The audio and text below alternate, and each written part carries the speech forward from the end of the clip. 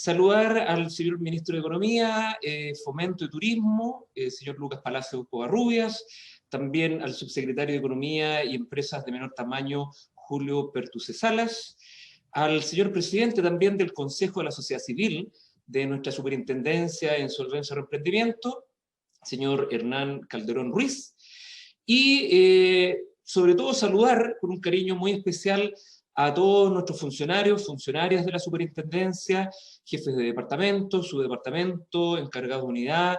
y también un cariñoso saludo a todos nuestros equipos regionales que nos están viendo el día de hoy, bueno, y a la ciudadanía en general. En esta ocasión presentaremos, como ya lo adelanté, la cuenta participativa del año 2020,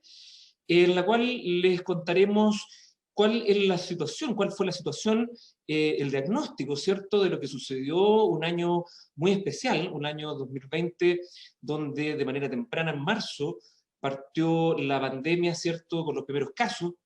y en la cual se decretó también el estado de emergencia, con el consabido, ¿cierto?, efecto que tuvo en la crisis económica que se generó y también en nuestras pymes y en nuestras familias del país.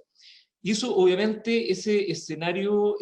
generó también un efecto en la situación de liquidez y de solvencia de tanto empresas como personas, ¿cierto? Entonces vamos a hablar a lo largo de esta cuenta pública de qué sucedió durante el año 2020 con la demanda y la solicitud de estos procedimientos, también que hicimos nosotros como superintendencia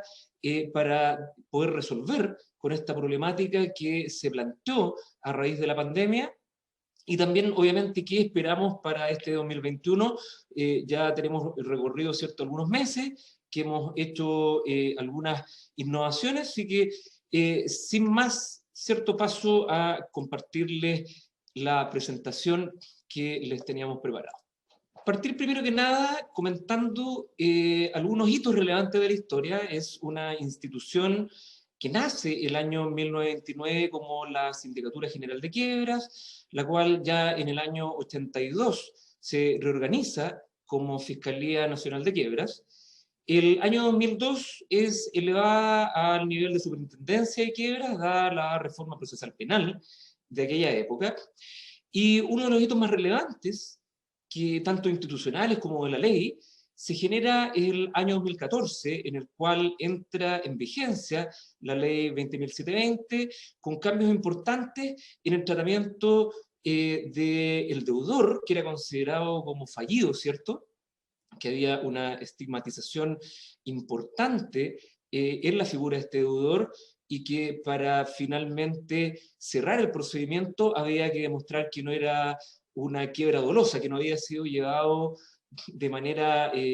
cierto dolosa por el propio deudor. Crea esta nueva institucionalidad, la Superintendencia de Insolvencia y Reemprendimiento, que sale del alero del Ministerio de Justicia a pertenecer y estar vinculada al presidente a través del Ministerio de Economía. La superintendencia nace un poco antes, ¿cierto?, el 1 de abril, para preparar la institucionalidad para la entrada en vigencia de esta nueva ley, la ley 20.720, que ya tiene más de 6 años de historia. Y sobre todo, las personas naturales, la persona deudora y también nuestras empresas pequeñas, micropequeñas, los emprendedores se han visto más afectados. Y por lo mismo también hemos impulsado un proyecto de modificación de la ley que ya está en un segundo trámite en el Senado, y lo que busca es modernizar nuestra ley al alero y a la luz de lo que hemos visto, ¿cierto?, en la práctica a lo largo de estos 6 años, pero también para hacernos cargo de una necesidad de diferenciar el tratamiento a través de los procedimientos concursales a personas y pequeñas y microempresas, ¿cierto?, a través de procedimientos que sean mucho más simplificados y que permitan en este escenario de crisis económica a las personas y a los emprendedores a reemprender nuevamente. Este cambio vital que yo comentaba en función de esta ley 20.720, que reemplaza a una ley de quiebra un poco antigua, ¿cierto?, 34 años de existencia, a lo largo de lo cual solo 5.300 mayoritariamente empresas se sujetaron a este procedimiento, en promedio 156 por año. Cambiamos a un escenario bajo la ley 20.720 que crea procedimientos nuevos, ya mucho más simplificados, de más fácil acceso, de más bajo costo también, procedimientos para empresas, procedimientos para personas, que con eso genera un hito muy relevante. Y vemos acá, en esta slide, ¿cierto?, un salto relevante en la cantidad de procedimientos y cómo esta ley permite también de manera mucho más masiva que las personas y también las empresas se puedan someter a este procedimiento con mucho menos trabas, salir también de estos procedimientos de manera exitosa y poder reemprender. Ahí vemos 30.462 procedimientos en estos 4 procedimientos hasta diciembre del año 2020, lo que hace una potencia, una capacidad de 32 veces lo que generaba la ley anterior por año, ¿cierto?, de 156 procedimientos promedio por año a un promedio de 5.000 procedimientos por año. Como toda institución fiscalizadora, como toda superintendencia, lo primero tenemos un rol fiscalizador, regulatorio y sancionador respecto de las actuaciones de los entes que intervienen, que administran, que llevan adelante los procedimientos concursales, llámese veedores en la reorganización, liquidadores en las liquidaciones, martilleros concursales, asesores económicos de insolvencia y varios otros roles que vamos a ver más adelante. La superintendencia tiene el deber de facilitar los acuerdos de renegociación para las personas deudoras. El legislador fue muy visionario en este sentido y dejó para la superintendencia uno de los procedimientos más relevantes y que hoy día ha mostrado un éxito importante a lo largo de los 6 años de existencia, que es la renegociación de la persona deudora. ¿Ya? Entonces, la superintendencia, a través de su plataforma de atención y también de renegociación, y a lo largo de todo el país, a través de las 15 coordinaciones regionales, tenemos el deber de facilitar los acuerdos de renegociación en este procedimiento que es gratuito y este procedimiento que es bastante corto. Por otro lado, también, y muy importante, es orientar a las personas, a las empresas que han incurrido en dificultades económicas en elegir la mejor opción, ¿ya? Y ahí nosotros tenemos una capacidad instalada también que nos ha permitido hacernos cargo de la mejor manera y con muy buena calidad de orientar a las personas, a los emprendedores que hoy día se encuentran, ¿cierto?, en una situación compleja de sobreendeudamiento, de insolvencia, de liquidez, poder orientar a adscribirse a procedimientos en tribunales o también a los procedimientos de renegociación o también el del asesor económico de insolvencia. Por otro lado, en cuarto lugar, nosotros también llevamos el registro público de estos procedimientos a través del boletín concursal y también llevamos el registro de los sujetos fiscalizados, que había comentado con anterioridad, y también hacia ellos, obviamente, regular y sancionar, y llevamos el registro de manera transparente en nuestra página web para que los acreedores y todos los actores del mercado puedan conocer también la performance y las capacidades que tienen esos sujetos fiscalizados que van a elegir, por los cuales van a votar, ¿cierto?, en los procedimientos como titular y suplente. Y también tenemos, obviamente, la potestad de interpretar administrativamente las leyes, los reglamentos y las normas que rigen el actuar de estos sujetos fiscalizados. Tanto para personas, renegociación, que yo ya he comentado, también liquidación de activos, y por otro lado, la posibilidad de que las empresas también puedan reorganizarse,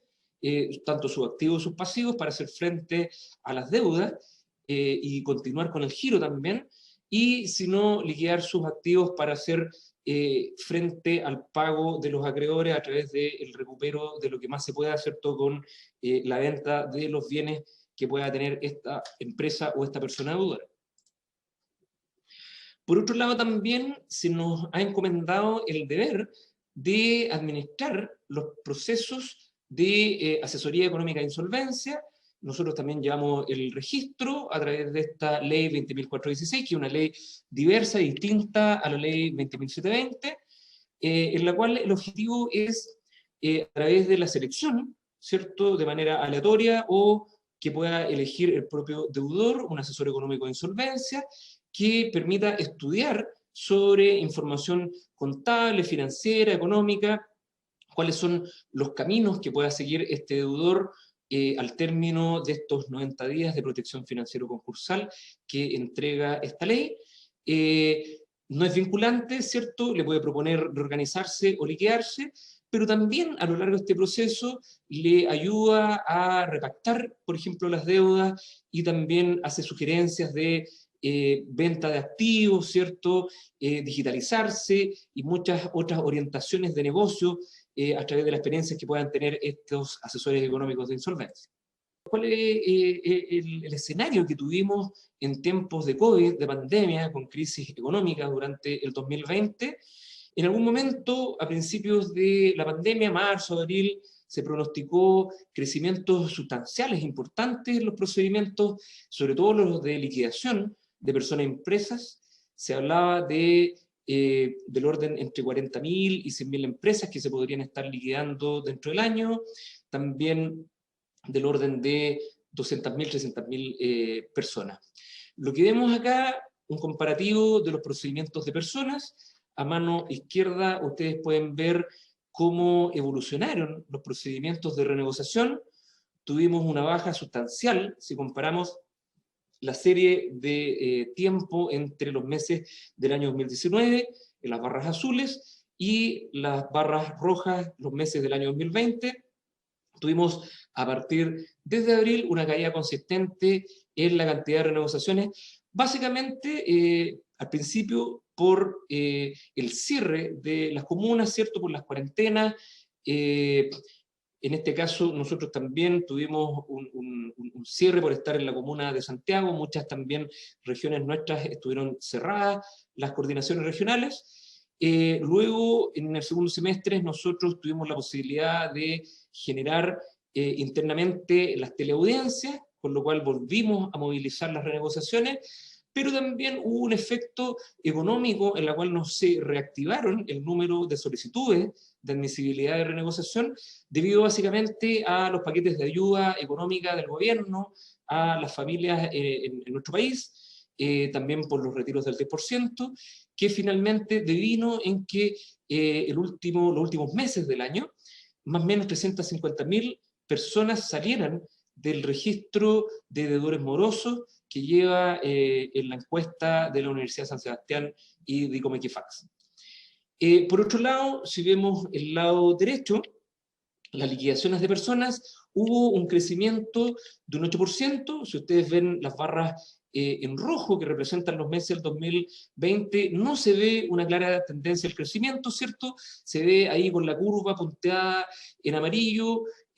una tendencia al alza los primeros meses, que todavía no había pandemia, ¿cierto? Nosotros creemos un poco impulsado también por lo que había sucedido el último trimestre del año 2019, por la crisis social,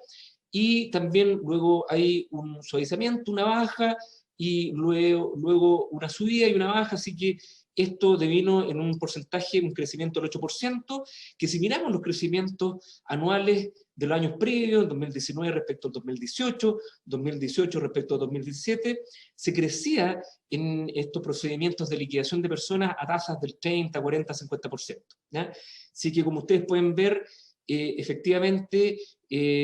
los paquetes tributarios, las reprogramaciones de crédito también que otorgó la banca, también los paquetes de ayuda de beneficio, los bonos COVID para la familia que entregó el gobierno, lograron amortiguar, ¿cierto?, esta iliquidez en las familias que no se transformara en insolvencia. El perfil de las personas en renegociación, si vemos qué sucedió dentro del año 2020, de las personas que se acogieron a renegociación, básicamente 55% hombres, ¿ya? Y eso ha sucedido a lo largo del 2014, desde que entró en vigencia esta ley, hasta el 31 de diciembre del año 2020. Básicamente, mayoritariamente hombres, un 55%, mayoritariamente situación civil, casado, trabajador dependiente, el tramo etario entre los 30 y los 44 años, que es básicamente la gente que tiene más conocimiento, más acceso también a la difusión, a los medios, a nuestra página, a internet. con un pasivo promedio renegociado de casi 29 millones de pesos, que incluye la deuda vencida y la no vencida que se ha renegociado, y en un tramo de ingreso mayoritario entre los 250.000 y los 500.000 pesos. Y si vemos la composición a nivel regional, mayoritariamente en regiones, si vemos los primeros años del procedimiento de renegociación, partió básicamente, fundamentalmente en la región metropolitana, y en la actualidad es más fuerte en regiones que en la región metropolitana. Si vemos la cantidad de procedimientos de renegociación a lo largo de la historia de la 20.720 hasta fines del año 2020, 6.427 personas se han acogido a este procedimiento, procedimientos que duran en promedio 3 meses, y si hablamos de las audiencias que se celebran dentro del procedimiento de renegociación, que son la de determinación del pasivo, la de renegociación, y si no hay acuerdo en estas dos anteriores, la audiencia de ejecución, se han celebrado un total de 13.107 audiencias de renegociación y ha existido una tasa de éxito del 92%. Se ha logrado acuerdo entre los acreedores y el deudor. Y el perfil de quienes se han liquidado es bastante similar, mayoritariamente hombres también, un poco más alto en la liquidación que en el caso de la renegociación. A diferencia de la renegociación, se da más el caso de solteros y solteras que casados, también trabajadores dependientes. También se repite mayoritariamente el tramo de edad entre los 30 y 44 años, y se han acogido en el periodo del 2014 al 2020 16.886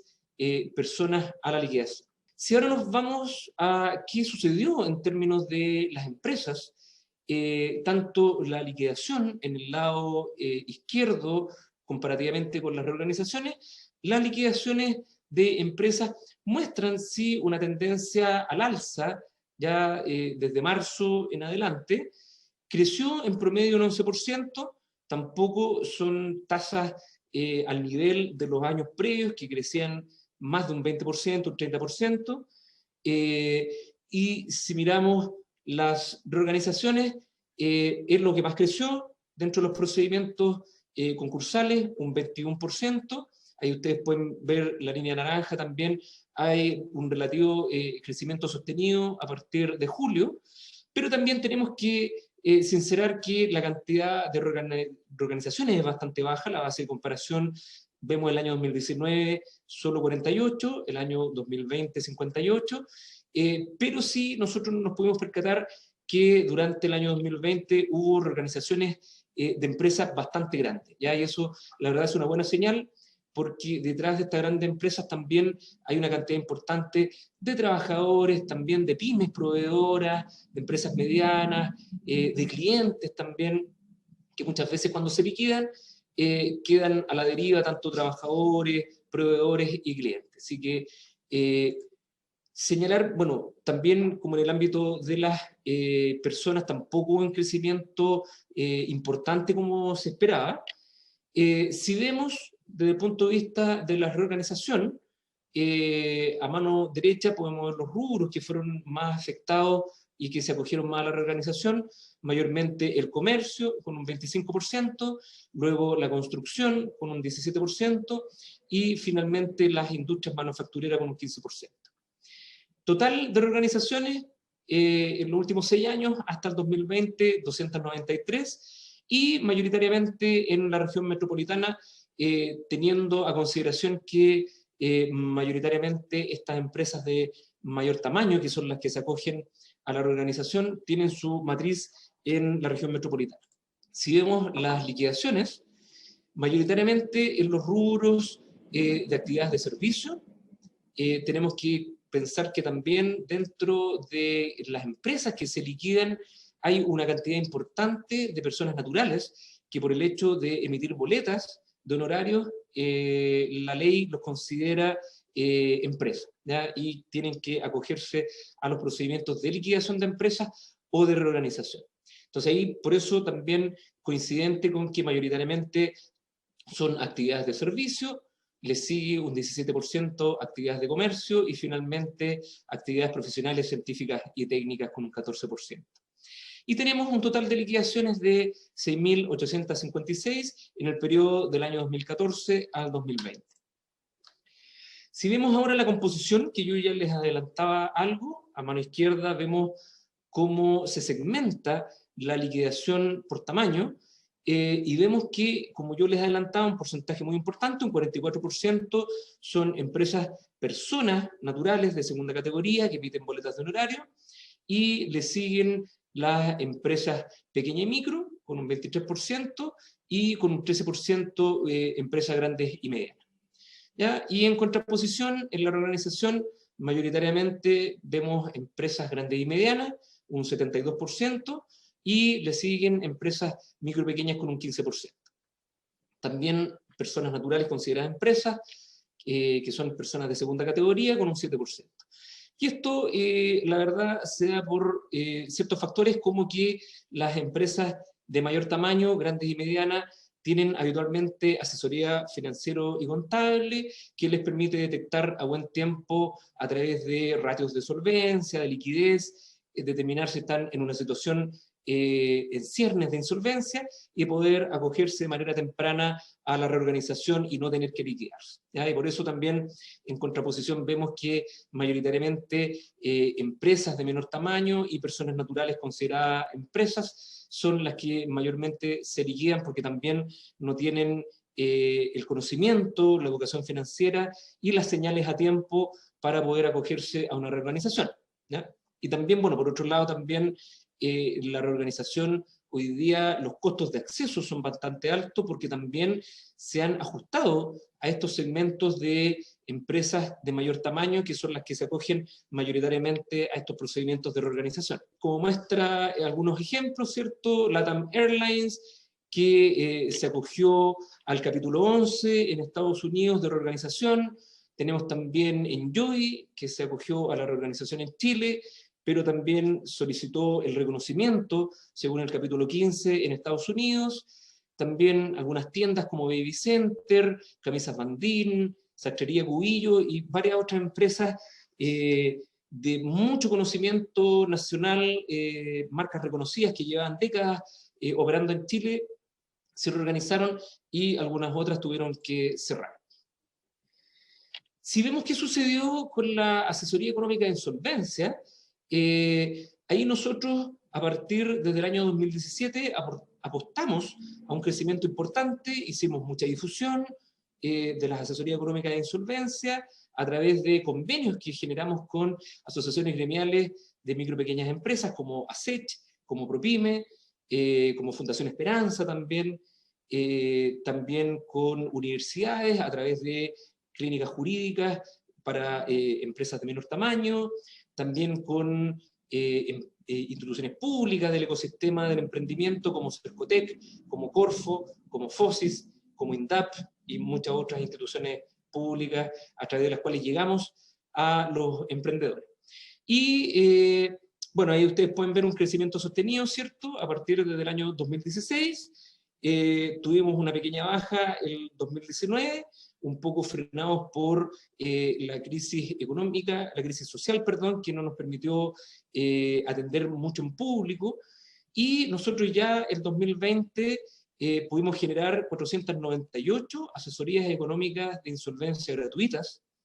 de las cuales ya hemos entregado casi el 90%, y ustedes pueden ver ahí un crecimiento, si sumamos las gratuitas y las no gratuitas, tuvimos 512 asesorías económicas de insolvencia iniciadas dentro del año 2020. Y ahí también, de alguna manera correlacionada, ¿cierto?, con este crecimiento importante del año 2020 con las asesorías económicas de insolvencia gratuitas, también se generaron una cantidad importante de certificados por procedimiento de asesoría económica de insolvencia, ya que le da una protección financiera a este deudor durante 90 días, gracias a este mecanismo generado por la ley 20.416. ¿Cuál es el perfil de las empresas que han accedido a esta figura del asesor económico de insolvencia? Mayoritariamente del sector comercio, 31%, muchos locales de barrios también, de venta, 18% actividades de alojamiento y servicios de comida. Ustedes saben que las cuarentenas y el cierre de las comunas obligó de manera frecuente la apertura y el cierre y golpeó básicamente al turismo y también al alojamiento, también la hotelería, también la gastronomía. Y finalmente la construcción también se vio golpeada y también recurrió a esta figura del asesor económico de insolvencia. Pasando a cuáles son las estadísticas de gestión de nuestra superintendencia, podemos ver aquí como primer gráfico cómo se han movido, han crecido o han disminuido las nóminas de nuestros sujetos fiscalizados. Algunas han disminuido, de liquidadores muy poco, veedores también, de árbitros concursales se ha mantenido estable. Vemos que la nómina de asesores económicos de insolvencia es la que ha crecido mayoritariamente, también de martilleros, y de administradores de la continuación de actividad económica se ha mantenido casi idéntico. Y si hablamos de fiscalización, podemos ver un decrecimiento obvio ya del año 2019 al 2020, en la parte presencial, mucho menos incautaciones, enajenaciones presenciales, 403, bajamos a 223, obviamente por las cuarentenas y el cierre de las comunas, pero en contraposición, de manera remota, crecimos mucho más, ya casi 600 acciones de fiscalización remota, comparadas con una baja de 180 en el plano presencial, generó un crecimiento de más o menos 400 y algo fiscalizaciones, que en su mayoría están basadas en la nueva metodología de fiscalización basado por riesgo, donde nosotros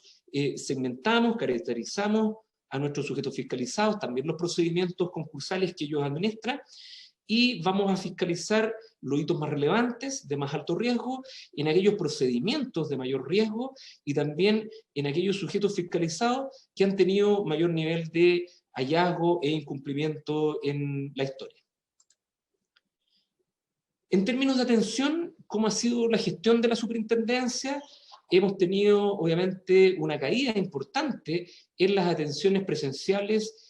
comparativamente entre el año 2019 y el año 2020, nuevamente por las cuarentenas y los cierres, pero en contraposición, en el lado derecho ustedes pueden ver el gráfico de cómo creció ya en el año 2019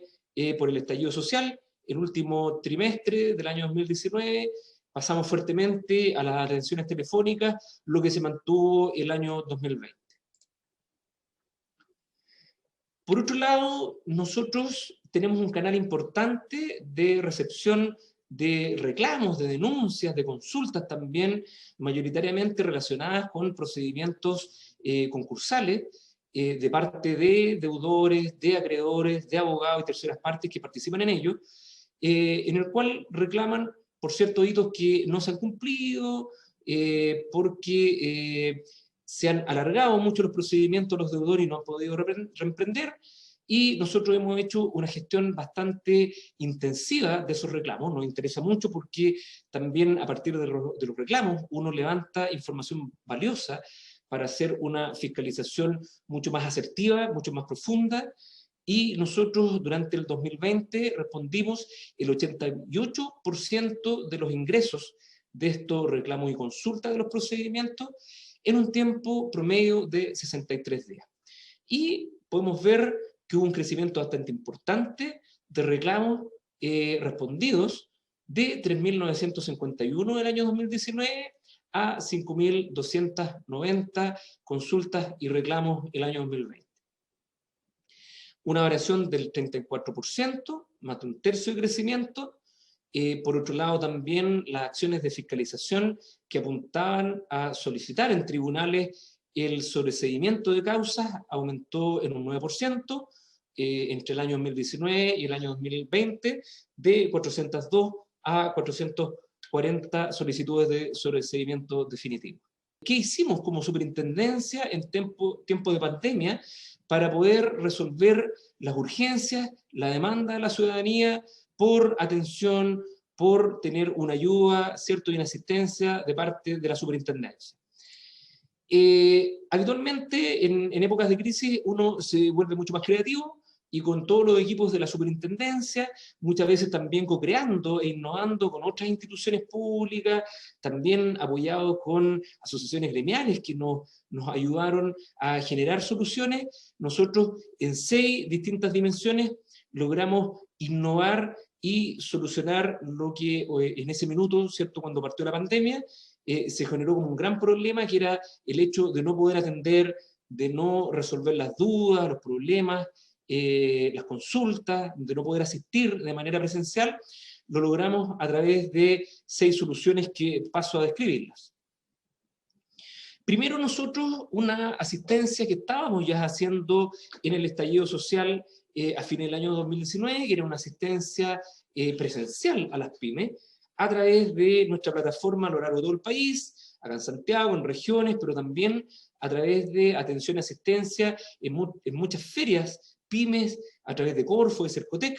lo llevamos al mundo digital, ¿ya? Y creamos la asistencia virtual de pymes, que a través de un formulario que la pyme llena con información de sus deudas, de sus activos, de la judicialización también de las deudas y muchos otros antecedentes. Nosotros generábamos un diagnóstico, tomábamos contacto con estos emprendedores de micro y pequeñas empresas y los orientábamos en distintas alternativas de solución. En total, cubrimos durante el año 2020, asistimos a 635 pymes a lo largo del país. Por otro lado, a través de las asistencias, la asesoría económica de insolvencia,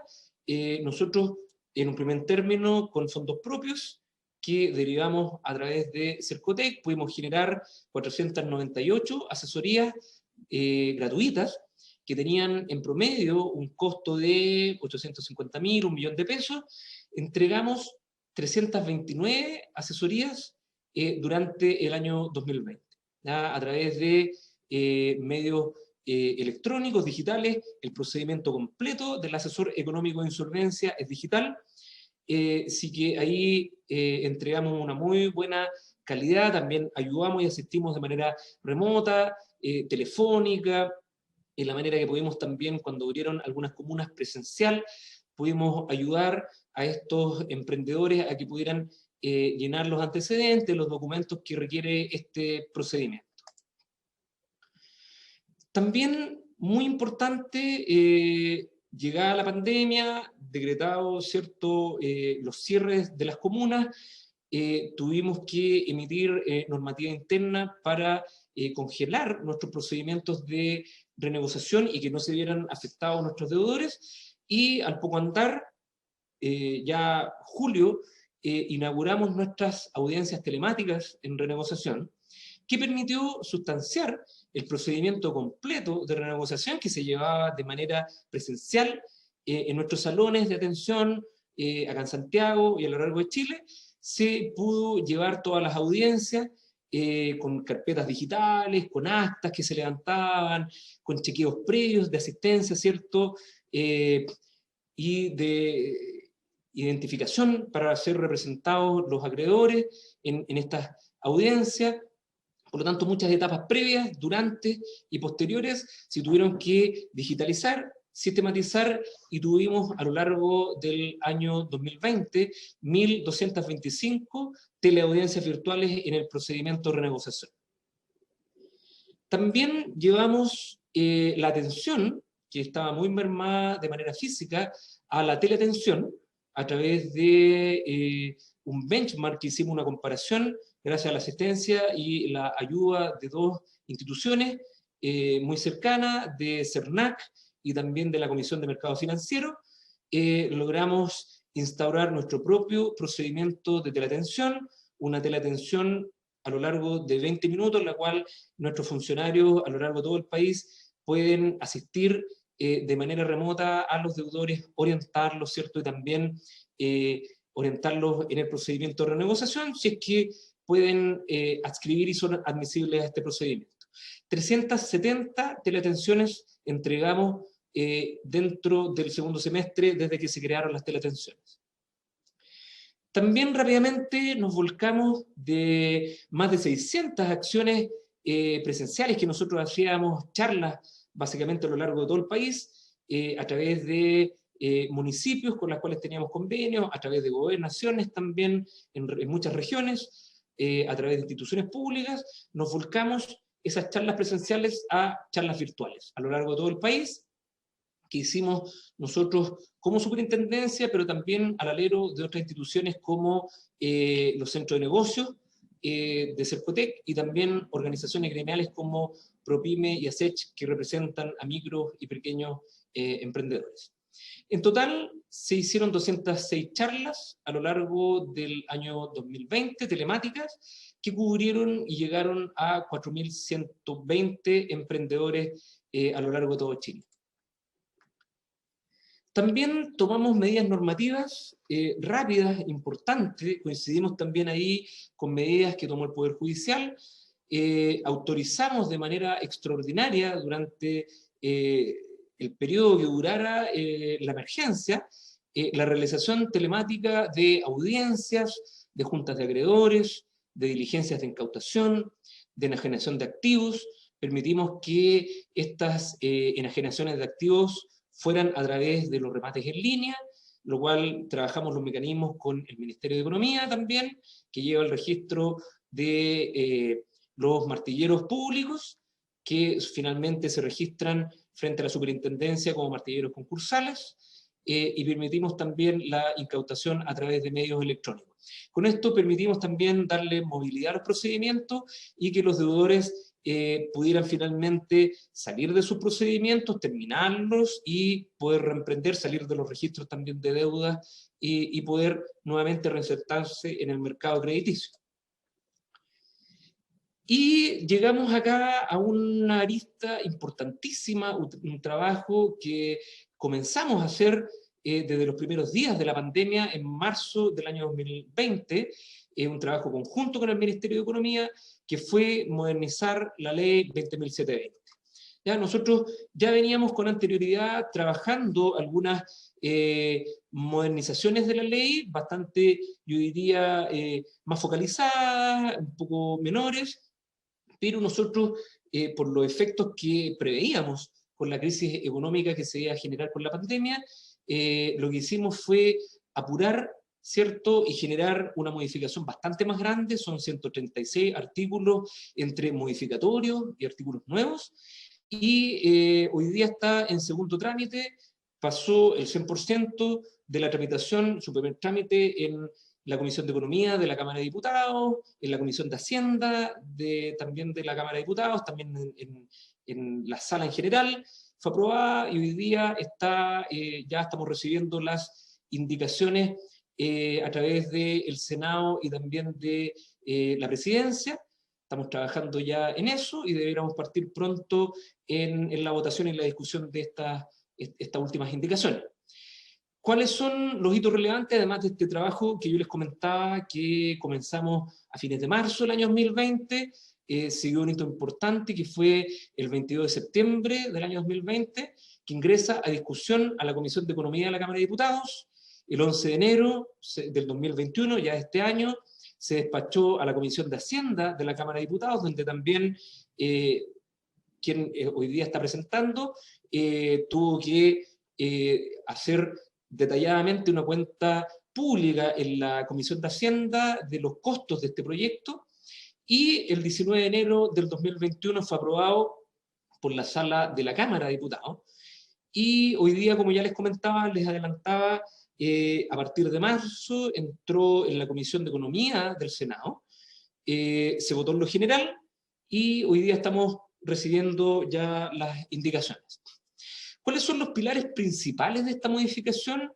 Primero que nada, busca modernizar los procedimientos. Ya han pasado más de 6 años, hemos tenido un buen tiempo para recoger la experiencia tanto en tribunales como en nuestro procedimiento de renegociación de la persona deudora. Estamos creando también procedimientos concursales nuevos, específicos y simplificados para micro y pequeñas empresas y para personas. Agilizar y simplificar también aspectos burocráticos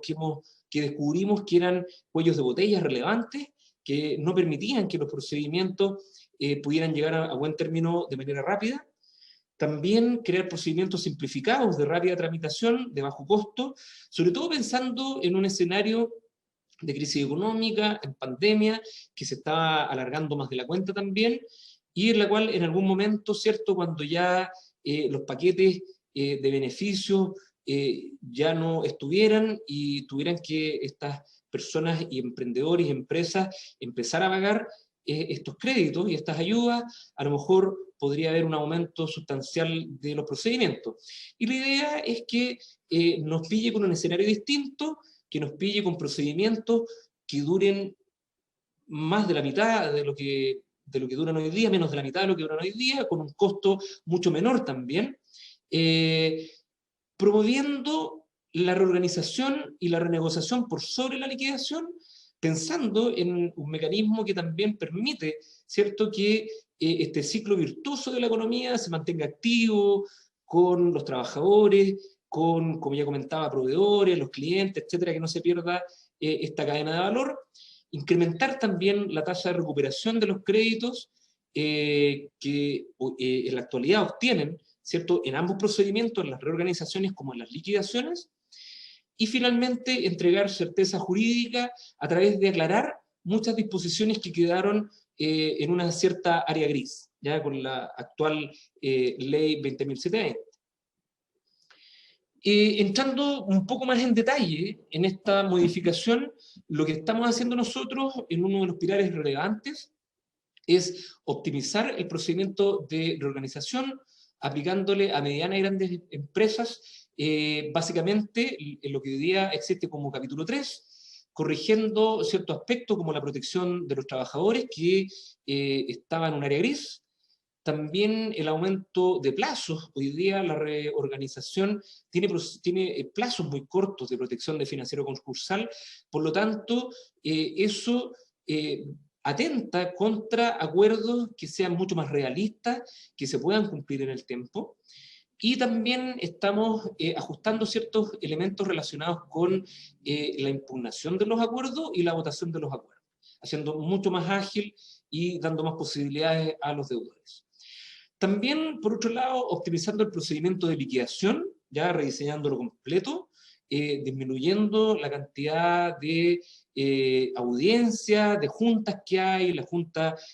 constitutiva, las juntas ordinarias, extraordinarias, que muchas veces no tienen la presencia de gran cantidad de acreedores. Encontramos con cierta desidia porque son procedimientos muchas veces que no tienen una tasa de recuperación importante para los acreedores. También estamos mejorando la cuenta final, acotando también el discharge, la extinción a todo evento que existe hoy en día, mejorando el mecanismo de liquidación forzosa, entre algunos mecanismos dentro de los procedimientos de liquidación. Por otro lado, también estamos optimizando nuestro procedimiento de renegociación, permitiendo el acceso, y esto es súper importante, el acceso a los contribuyentes que hoy día eran considerados empresas, ¿ya? Y tenían que ir a liquidarse o reorganizarse como empresas a tribunales por el solo hecho de emitir boletas de honorario, que hoy día puedan renegociar como personas, ¿ya? Esta era una distorsión que existe en nuestra ley y que estamos corrigiendo. También estamos aumentando algunos plazos, ¿cierto?, como el de admisibilidad, en el cual hoy día nuestros usuarios tenían que correr a la búsqueda de certificados de deuda y otros antecedentes, como carpetas tributarias. También los plazos, estamos aumentando los plazos en los cuales se suspenden las audiencias de determinación del pasivo, de renegociación, instaurando también un plazo de suspensión en la audiencia de ejecución, llevándola de 5 a 10 días, permitiendo también mejores acuerdos con estos mayores plazos, abriendo un espacio a un plan de reembolso libre que pueda proponer el propio deudor, muy acotado, no más allá de 6 meses y que no supere el 30% de sus ingresos. Y también posibilitando, por otro lado, la modificación de un acuerdo de renegociación con ciertas cláusulas, ¿cierto?, de que contemple a menos el 50% de las acreencias que habían sido contempladas en el acuerdo original. También estamos creando procedimientos simplificados de reorganización, incentivando la participación de pymes, bajando los costos también. Estamos creando procedimientos simplificados de liquidación de personas y de micro pequeñas empresas, siguiendo el modelo que estamos trabajando hace ya unos 3 o 4 años en la Comisión de las Naciones Unidas para el Derecho Mercantil Internacional, en el cual hemos participado activamente, también en otras instancias como el grupo de tareas del Banco Mundial, y hemos tomado lo mejor de estas iniciativas para generar estos procedimientos simplificados. También estamos modificando las normas que regulan las nóminas de liquidadores y deudores, volviéndolas a conectar, creando también categorías nuevas que permitan especializar a estos sujetos fiscalizados en procedimientos de menor tamaño, simplificados para pymes y personas, o para categorías distintas para especializarlos en procedimientos de mayor tamaño, ¿ya? También modificando el libro cuarto del Código de Comercio para poder cerrar de manera temprana mayor cantidad de quiebras que hoy día tenemos todavía a la espera del sobreseimiento temporal y el definitivo. Y finalmente, algunas normas transitorias que van a permitir implementar de mejor manera esta modificación a la ley. Desafíos de este año, que ya tenemos algunos meses recorridos, y en los cuales ya estamos trabajando fuertemente. Vamos a implementar un nuevo sistema de gestión de la fiscalización avanzado, Sofía le pusimos como nombre, en un concurso interno, que va a permitir adoptar de manera más eficiente acciones preventivas, correctivas, para abordar los hallazgos que se han encontrado y que se encuentren, ¿cierto?, en el futuro de incumplimiento en los procedimientos concursales, para llegar también de una manera mucho más a tiempo, de una manera más de menores costos también, por lo tanto más efectiva y eficiente, una fiscalización basada en riesgo y no como sucedía hace unos años atrás, en la cual se fiscalizaba todo, los procedimientos, y generaba obviamente una angustia, una cantidad de trabajo exorbitante en nuestros funcionarios. ¿Qué otros desafíos tenemos también en temas de digitalización y automatización de nuestros servicios? La superintendencia este año va a potenciar la innovación tecnológica con la digitalización de nuestros procedimientos y canales de atención. También, bueno, después de haber eliminado algunos procedimientos del Registro Nacional de Trámites, contar que ya contamos con el 100% de los trámites digitalizados en la superintendencia,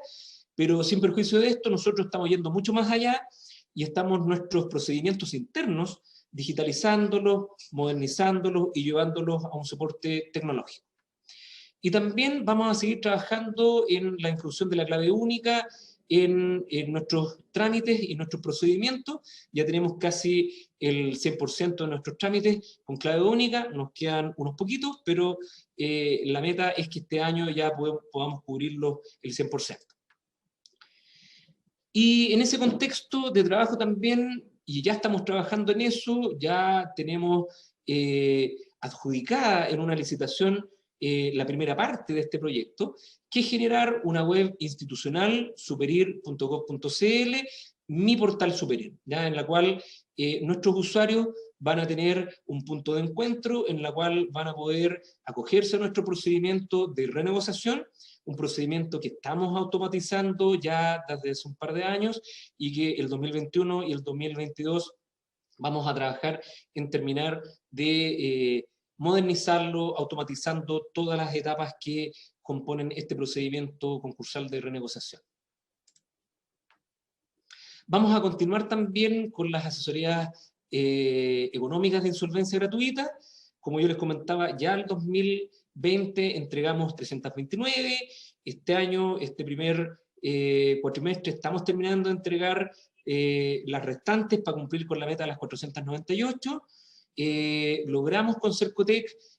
apartar parte de su presupuesto para 500 nuevos cupos este año, y nosotros pretendemos también que este mecanismo gratuito de asesoría económica de insolvencia pueda mantenerse de aquí en adelante. Vamos también, obviamente, seguir apoyando al Ministerio en este caso en el segundo trámite, a los senadores con la discusión y la promulgación de este proyecto de ley, que creemos que es un cambio radical, importantísimo, para modernizar y para poder entregar alternativas mucho más rápidas, sencillas, fácil de ingreso y de menor costo para nuestras MIPES y para nuestras personas naturales. Vamos a continuar también con un pilar que nos hemos impuesto como muy relevante, que es la educación financiera. La verdad, el diagnóstico es que nosotros podemos, y lo hemos hecho a lo largo de todos estos años, asistir, ayudar a nuestros deudores, ¿cierto?, que salgan de la situación de insolvencia, pero en un escenario ideal, lo que nosotros queremos es que a la larga la gente, los emprendedores, ¿cierto?, los empresarios, nuestras personas en las familias, en nuestro país, tengan un nivel de educación financiera mucho mayor, para que tengan las herramientas también y puedan prever no entrar en una situación de insolvencia muy profunda, tratar con esto de disminuir la cantidad de liquidaciones y que se prefieran las renegociaciones o las reorganizaciones, ¿ya? Y con esto el objetivo va a ser potenciar nuestro programa de educación financiera, específicamente en los segmentos de MIPES y las personas que son los dos grupos más golpeados en esta crisis económica producto de la pandemia.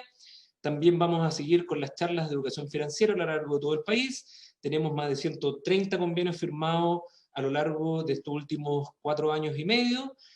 Vamos a seguir firmando convenios ya tenemos con muchas universidades, yo diría que con casi todas, con instituciones públicas, con asociaciones gremiales de empresarios, de micro y pequeñas empresas, y también vamos a seguir permeando a nivel de gobiernos locales, regionales, con gobernaciones, con municipios también. Y en el ámbito internacional, y ya para ir dando un cierre a esta cuenta pública con la gestión de esta superintendencia de insolvencia y reemprendimiento a lo largo del año 2020, contarles que seguimos con un desafío importante de tomar las buenas prácticas de estas asociaciones internacionales como UNCITRAL, como el Banco Mundial, como la Asociación Internacional de Reguladores de Insolvencia, en la cual nosotros participamos desde hace ya 4 años de manera muy intensa, y para el año 2021 tenemos una cantidad importante de participaciones de las cuales ya hemos cerrado, de charlas, seminarios, me han pedido personalmente también de UNCITRAL, del Banco Mundial también, participar en webinars, en charlas, en mesas redondas de discusión de qué es lo que ha hecho nuestro país para apoyar a nuestras pymes, a nuestras personas, a la economía, desde el punto no solamente como gobierno, como país, sino que también, obviamente, en el plano de la insolvencia. Participamos ya en la comisión de UNCITRAL, en la última reunión, para terminar de generar este documento, este cuerpo legislativo de procedimiento simplificado de régimen concursal para MIPES. También con la Cámara Chileno-Colombiana tuvimos una charla en la cual participamos con el superintendente de sociedades de Colombia. También participamos en una encuesta de la Asociación Internacional de Reguladores de Insolvencia. También participamos en una mesa de trabajo junto con otras instituciones, con asesores de la insolvencia de Estados Unidos, de Colombia, con la superintendenta adjunta de insolvencia de Colombia. Estamos invitados para un foro mundial del Banco Mundial que se viene pronto. También por ahí grabé una cápsula para INSOL, que es una asociación de todos aquellos profesionales de la insolvencia, la más grande a nivel mundial, justamente comentando cuáles eran las medidas que habíamos tomado como país y en específico como superintendencia para apoyar en este periodo tan álgido de crisis económica producto de la pandemia. Y el sistema, bueno, vamos a participar también en el sistema de insolvencia chileno y la Superintendencia de Insolvencia y Reemprendimiento, capacitando a la Administración de Justicia de México. Se viene una nueva reunión con UNCITRAL en diciembre del año 2021, y bueno, tenemos una agenda que va creciendo día a día, en la cual hemos participado cada vez más activamente, gracias a los desarrollos que hicimos durante el año 2020, gracias a nuestros equipos internos, regionales, acá en la región metropolitana también, que hemos innovado, que hemos creado un conjunto, co-creado, y vamos a seguir en esta senda de aprendizaje, de traernos buenas prácticas, pero también nosotros de colaborar a nivel internacional con otros países. Hemos estado muy activamente participando, apoyándonos con las medidas. En un principio, bueno, a todos nos pilló obviamente la pandemia, cada cual se puso a generar algunas medidas, algunos más certeras, más profundas, más superficiales que otras, más temporales, ¿cierto? O más definitivas. Y ahí nosotros con nuestra modificación a la ley que está en discusión en el Senado, la verdad hemos sido pioneros en ese sentido. La mayoría tomó medidas particulares por solamente el periodo de pandemia y nosotros hicimos, además de eso, hicimos una apuesta mucho más de largo plazo con la propuesta de modificación a nuestro proyecto, a nuestra ley que está actualmente en vigencia. Así que eso, agradecer la atención de todos este día,